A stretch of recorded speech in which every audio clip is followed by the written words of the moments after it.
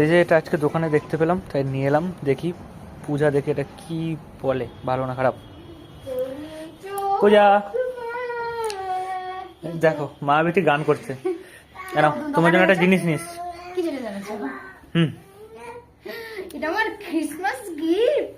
Christmas gift? Christmas এখন আসেনি, এখন একদিন পর। হ্যাঁ, একদিন না, কয়েক ঘন্টা পর। হুম, মা, কি আর থাকতে পারে না সোনার হার। হ্যাঁ সোনার হার নয়, সোনার মুকুট আছে। তাহলে খোলা যাক। হুম, খোলো হ্যাঁ? দেখো। 1 2 3। আরে বাহ, 10 টাকা দামের কেক।